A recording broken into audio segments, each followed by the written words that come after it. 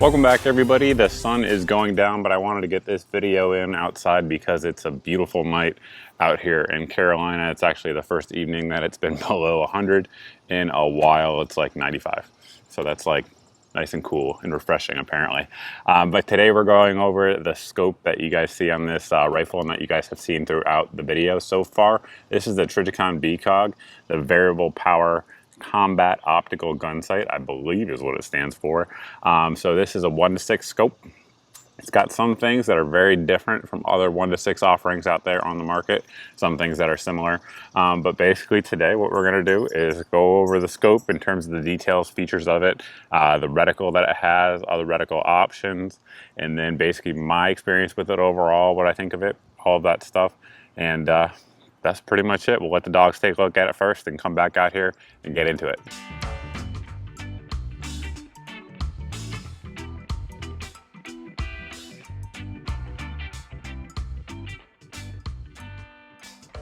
Getting into the details of the scope, we'll start here at the back and sort of work our way forward. We do have our fast focus eye-ring here. So what this is for those that don't know, on the back of the scope, is everyone's eyesight, of course, is different. Your prescription levels may be different. Some of you guys have astigmatism, some don't, etc. What this allows you to do is to set the reticle so that it's clear to your eye, because again, everyone is different. Me personally, I tend to have really good vision and I don't have astigmatism, so I usually keep mine all the way down. There's some exceptions to that, but what I like about this one is, I'm not sure if you can tell, but it's not super easy to turn. I mean, it's not like overly hard. You don't need a wrench or anything, but it takes some movement. So say for instance you had to set it like that, you can see here I'm moving the entire rifle here on this mount, on this rest rather, without moving the ring at all. So you do have to actually turn it if you want to do so. So that is good because it will stay, of course, where you want it, which is nice as well. Moving forward, we have the adjustable magnification ring. Now, this one differs from some of the other premium offerings out there on the market in a few ways. Primarily, the fact that it has this fin here. So some of the other high-end scopes out there on the market will have a lever, a throw lever built into them, which is cool. This one has a fin. Now, why would that be, right? My personal opinion is that everything Trijicon makes, especially their ACOG, VCOG, MRO type of series, is built for like extreme durability. Now, if you think about like a throw lever sticking off at 90 degrees, that's much more likely, say in like hard military use, to get broken than this fin is, which is made out of 7075 T6 aluminum, forged as the whole entire sight mount is as well, which is nice. And most premium scopes out there are not that, so that is one advantage it has over them. But it's forged and it's made out of the same piece of aluminum forging as the rest of the ring. So it's all one piece, it's very durable. I can't really imagine breaking that without something very, very serious happening to it. I guess it's possible, but I can't really see it happening. Yet it still gives you a good surface to grab onto and turn the magnification when you need to. As you guys can see there, the turn is about 180 degrees rather of rotation. That's nice. Some variable power optics out there make you go like 270 degrees. I don't like that. The least amount is preferable to me. It's just faster. Most guys are going to shoot either at 1 power or 6 power. Some folks out there will get in the middle and try to minimize wobble, as they say, but most folks are going to shoot at 1 or 6. At least me personally, that's generally where I'm shooting at. So it's nice to be able to go pretty quickly and get it over. As you guys can see, again, just like with the ocular eyepiece, it's not super easy to move, and again, I think that is a pro. It's very smooth, so that's nice as well. But in order to move it, say like right now we have it at, I think, what, the 2 setting. If I wanted to move it, you can't just accidentally bump it and get off your setting. As you guys can see, I'm moving the entire rifle here. So you do have to give it some moxie, if you will, behind it. So that is good. And it is a first focal plane reticle, so let's get into that. The reticle, as you perceive it anyway, from the shooter's perspective, will change in size as you go throughout the magnification range, but it will stay the same in relation to the target you're looking at. So this one here has the 55 grain BDC reticle on there. I guess we're getting into reticles now. So this one here has the 55 grain 5.56 BDC reticle on there. They make a number of different reticles. They make, I know, a 77 grain 5.56. They also make horseshoe and dot, which this one has, and they make a segmented circle as well, which is another option. Some guys like that. They find it a little bit quicker. Then they also make 300 blackout BDC reticles. They make 7.62 by 5.1 or 308 BDC reticles. They also make mil and MOA reticles if you guys don't want something that is a BDC. So really they have just a ton of offerings out there in terms of reticles. Their BDC reticles are going to have the built-in ranging feature to them, which is nice. So this one here, everything on this is going to be in meters. So ranging wise is in meters, and then adjustment wise will be in meters, which we'll get to here in just a second. So at, like, let's say 400 meters in the image that you guys are looking at here on your screen, that line across is going to be approximately 19 inches. That's the universally, or not universally, but generally accepted ranging distance of someone's shoulders or waist. So if they're down in the prone, or, you know, standing up and you have to actually range estimate how far away that bad guy is, if you can get a squared on shot of him and line him up there, and if his outside of his shoulders line up there at that mark, then he's 400 meters away. That's how that works, and it works the same throughout the ranging process. That's why the lines appear smaller the further out you go in terms of distance. So that's how it works there. With this one here, using M193 out of the 16-inch barrel, the BCM barrel that we have here, mine was pretty much dead on out to probably about 500 meters, and then once we got out to 600 meters, I had to hold a little bit below it. So it was actually putting me high, if that makes sense. So I had to hold a little bit below the 600 mark. So above it on the reticle, but below it in terms of BDC to get it to hit. So as always, guys, whatever you're actually using, make sure you check it with the BDC to make sure everything lines up with the stuff you're using. But very few people, in my opinion, are going to be shooting out to 600 yards and beyond.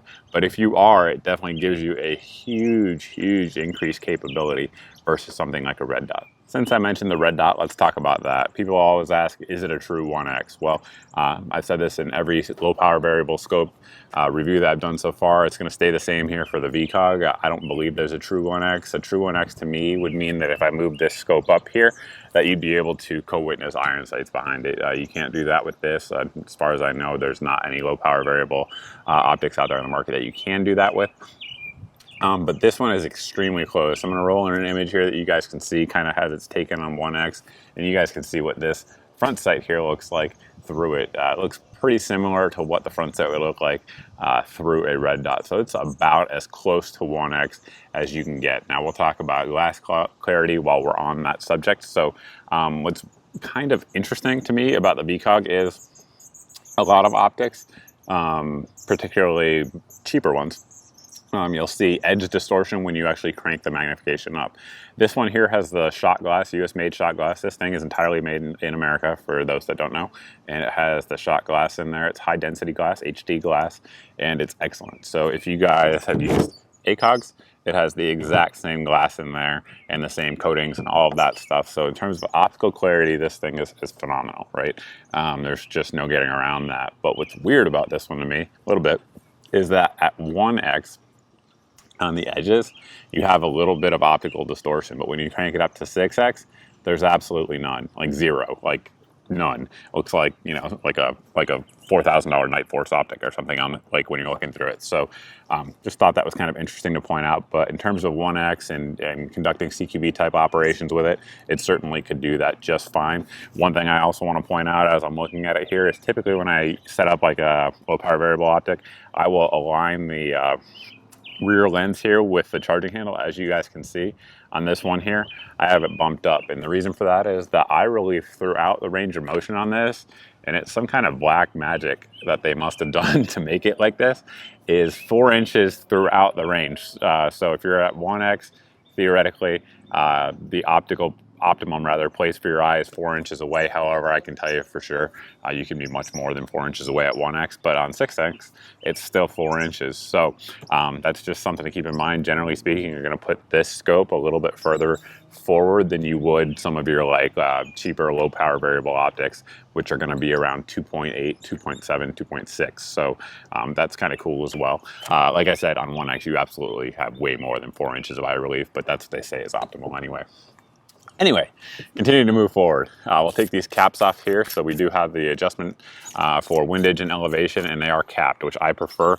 I've said that in every low power variable optic scope I've ever talked about in the reviews, because I don't think anybody's going to be dialing, even though, let's say you had the Mill or MOA version of this, you're just not going to be dialing in a solution in most cases with a 1:6 optic. In my opinion, my experience. Anyway. So this one here, each of these adjustments are 1/2 inch at 100 meters, or of course 1/8 of an inch at 25 meters. I like how it says that on there though, just to let you know. I'm not sure if my mic is picking it up, but each of these clicks is very tactile, very audible. They're phenomenal in terms of the actual turrets themselves, in terms of input to the shooter when you're dialing it in. And I have no issues with it at all. They are sealed, the actual turrets themselves, and then obviously this also seals it. That will help to give you the submergible rating that this has, which is down to 20 meters or 66 feet. So if you guys want to go scuba diving with your rifle, this one here would be an optic to take a look at when you want to do that. On the left side of the optic here, we have our illumination dial, and it goes from 1 to 6. And what's nice about it is that it has the in-between settings.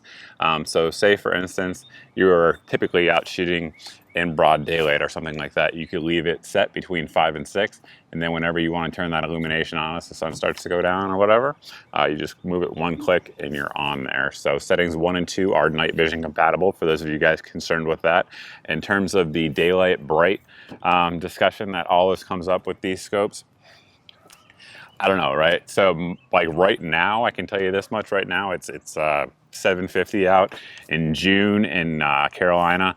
This thing is plenty bright for these types of conditions. If you're out in broad daylight, it's close. It's very, very close. I suppose it would depend on the person's definition, in my opinion. That's really how I could say it.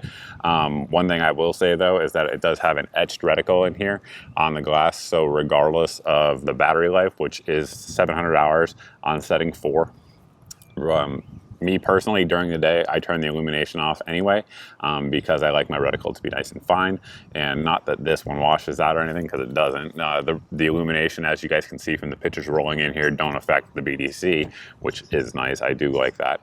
The battery compartment on the optic is right up front. It does take a AA battery. They recommend a lithium battery. Now, the reason they recommend that makes sense if you actually think about it. Lithium batteries, even AA, are less likely to leak and have battery drain than non-lithium batteries. So that's really why, if you want to put a battery in an optic and just leave it, not have to worry about future corrosion, lithium's the way to go for sure. It's also going to give you a little bit longer battery life than your standard AA would as well.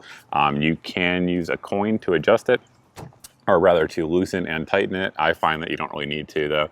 If you finger tighten that thing down, it's O-ring sealed in there, and there's about zero chance anything's getting in there, unless of course you go down below the submergible rating for it. So one thing I didn't discuss is the mount. So the typical mount that this one here comes with is going to be the T51 mount, which is your standard mount that most ACOGs come with. It's actually the one that we have right here.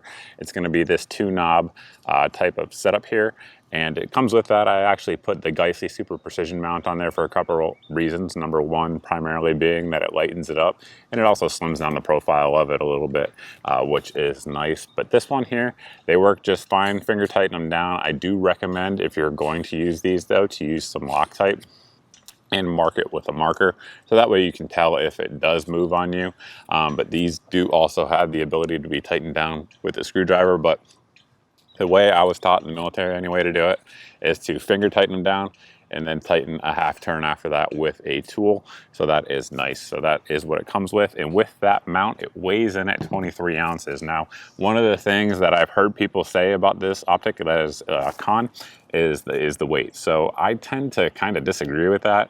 Yeah, I mean, it's a con versus a red dot, and it's a con versus some of the less expensive second focal plane variable power optics out there on the market. But like, let's say one of the bigger competitors for this right now anyway, as I'm filming this in 2018, is going to be like the Vortex Razor Gen 2E, which is their lighter weight version of that scope, the 1:6 scope. And that one there without a mount comes in at 21.5 ounces. Again, this one with the mount, with this mount here, is coming in right at 23 ounces on the dot, and that includes the battery, of course, as well. So in terms of weight, I really don't think it's heavy. I've heard people say that, but if you look around at some of the competitive options for this, I don't see it. I don't see it being heavy at all.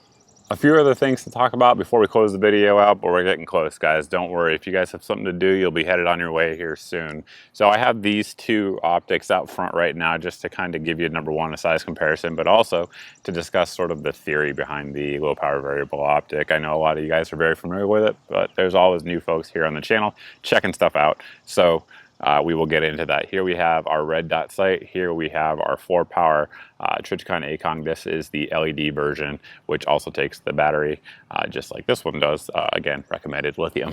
So what basically what this is doing is trying to mirror the pros and cons of each of these, right? So up close and personal, room distance, it's really hard to beat a red dot in terms of speed.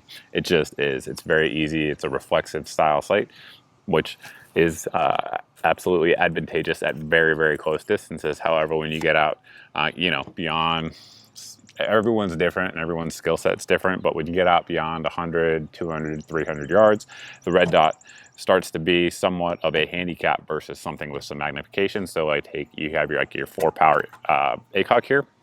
These ones are great. Plenty of folks out there, I know a lot of you guys who are Marines will tell you that these things can get hits out to 800 meters with relative consistency. I wouldn't disagree with you on that.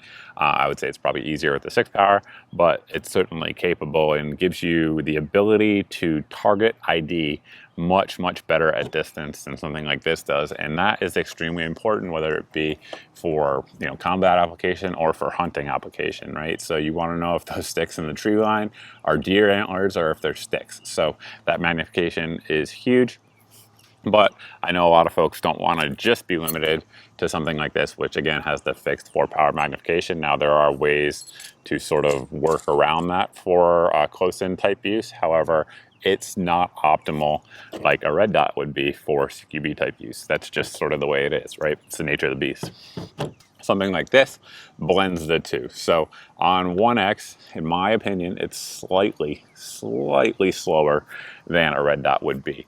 But when you actually have to step out, you know, and engage something at, I don't know, 300 or 400 or 500 yards, this thing is a huge advantage over a red dot where you're just holding off in space for your holdovers. This actually gives you BDC type holdovers that lets you have a reference point. Even if, let's say, you miss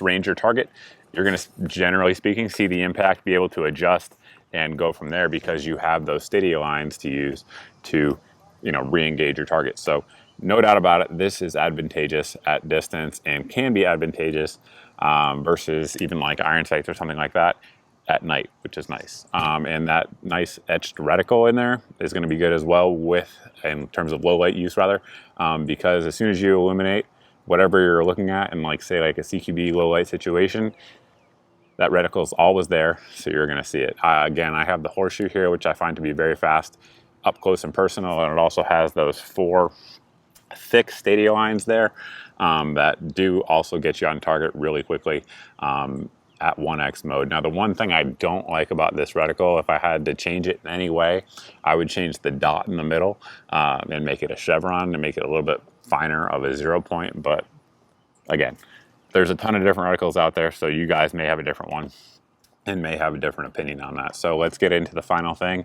It's going to be cost, right? So if you look around the forums, which I just did before making this video to see what people were saying, so that way I could sort of respond to some things. Even now in 2018, people were saying this is a $2,800 optic. It's definitely not. It's not at all. If you guys look around online, these things can be found for $1,700, $1,800 and even less. If you guys follow me on Facebook, you guys have seen me post sales for these for less than that. So are they cheap? No, absolutely not. Are they $2,800 retail? No, they're not. There's a party boat coming behind me, which you guys will probably see in the back of the camera here in a minute. I don't think my mic's picking them up, but they're making me laugh off to my side. But anyway, yeah, it's super rugged, super durable. With the integrated mount, I don't see how it could really like bump off zero, anything like that. You don't have to worry about the screws on your mount in terms of like rings coming off. It's just not a thing. They don't come loose. Again, with that TA51 mount on there, add a little bit of Loctite, and that thing will stay put where it needs to be for a long time. It has excellent glass, has very usable reticles like we talked about, AA battery. It's expensive for sure, but in my opinion, it's a very high quality optic. Right now, as I'm filming this, SOCOM is looking at picking up a low power variable optic option. This is one of the ones that I know they are looking at. Who knows where that's going to go? Eventually, I'm sure we will all know the winner, but as of right now, no one knows what they're going to go with. But I know this is a contender for it, and I think for good reason. This thing, super durable, super rugged, 100% made in America, like I said, has all the integrated mount and all that stuff that we talked about. It's got a lot going for it. Now, is it for everybody? Nope. Do you need it? Nope.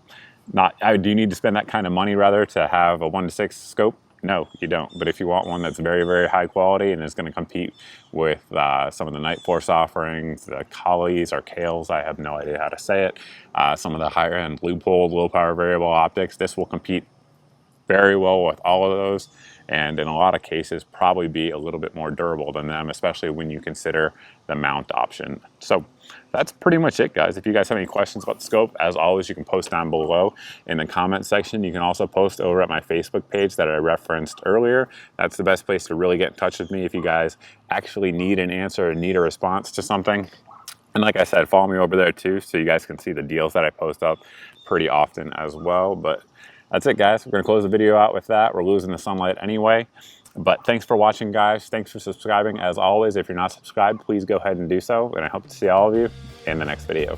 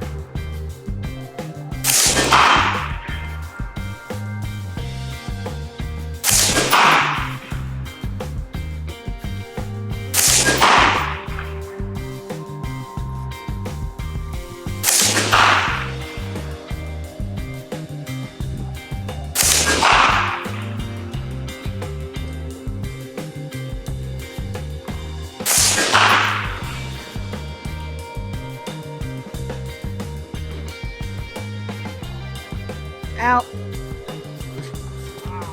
Put the back on safe.